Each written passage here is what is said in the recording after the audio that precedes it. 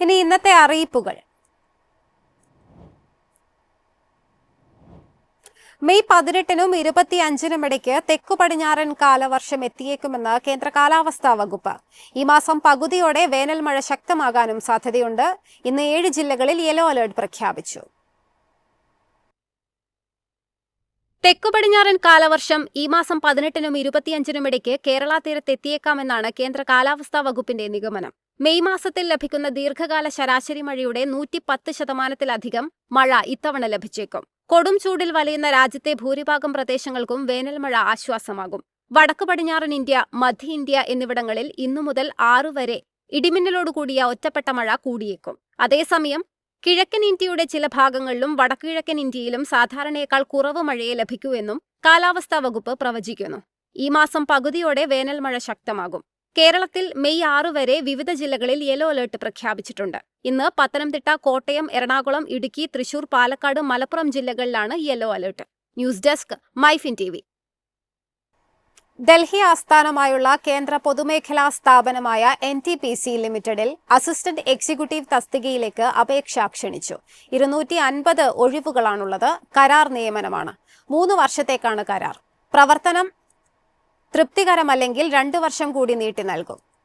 Mechanical അല്ലെങ്കിൽ electrical എഞ്ചിനീയറിംഗിൽ BE അല്ലെങ്കിൽ BTechഉം യോഗ്യത ഉണ്ടായിരിക്കണം. 40 മെഗാവാട്ടോ അതിനു മുകളിലോ ശേഷിയുള്ള പവർ സ്റ്റേഷനുകളിൽ ഓപ്പറേഷൻ അല്ലെങ്കിൽ മെയിന്റനൻസിൽ 1 വർഷത്തെ പ്രവൃത്തി പരിചയവും ആവശ്യമാണ്. മെയ് 7 വരെയാണ് അപേക്ഷകൾ ക്ഷണിക്കുക. കൂടുതൽ വിവരങ്ങൾക്ക് ntpc.co.in എന്ന വെബ്സൈറ്റ് സന്ദർശിക്കുക.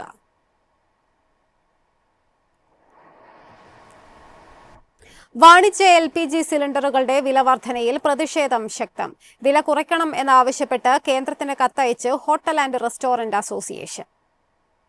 വാണിജ്യ സിലിണ്ടർ വില വർധനയിൽ പ്രതിഷേധിച്ച് കേന്ദ്ര സർക്കാരിന് കത്തയച്ച് ഹോട്ടൽ ആൻഡ് റെസ്റ്റോറന്റ് അസോസിയേഷൻ. വാണിജ്യ സിലിണ്ടറിന്റെ വില കുറയ്ക്കണമെന്നാവശ്യപ്പെട്ട് കേന്ദ്ര പെട്രോളിയം മന്ത്രാലയത്തിനും മന്ത്രി സുരേഷ് ഗോപിക്കുമാണ് കത്തയച്ചത്.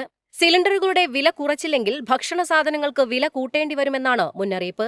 പ്രതിഷേധ സൂചകമായി മെയ് 6-ന് സംസ്ഥാന വ്യാപകമായി ഹോട്ടലുകൾ അടച്ചിടുമെന്ന് ഹോട്ടൽ ആൻഡ് റെസ്റ്റോറന്റ് അസോസിയേഷൻ അറിയിച്ചിരുന്നു. വെള്ളിയാഴ്ചയാണ് വാണിജ്യാവശ്യത്തിനുള്ള 19 കിലോ LPG സിലിണ്ടറുകളുടെ വില കുത്തനെ കൂട്ടിയത്. LPG ക്ഷാമത്തെ തുടർന്ന് പ്രതിസന്ധിയിലായ ഹോട്ടൽ കാറ്ററിംഗ് മേഖലയ്ക്ക് ഇരട്ടി പ്രഹരമാണ് സിലിണ്ടർ വില വർധന. News desk, MyFin TV.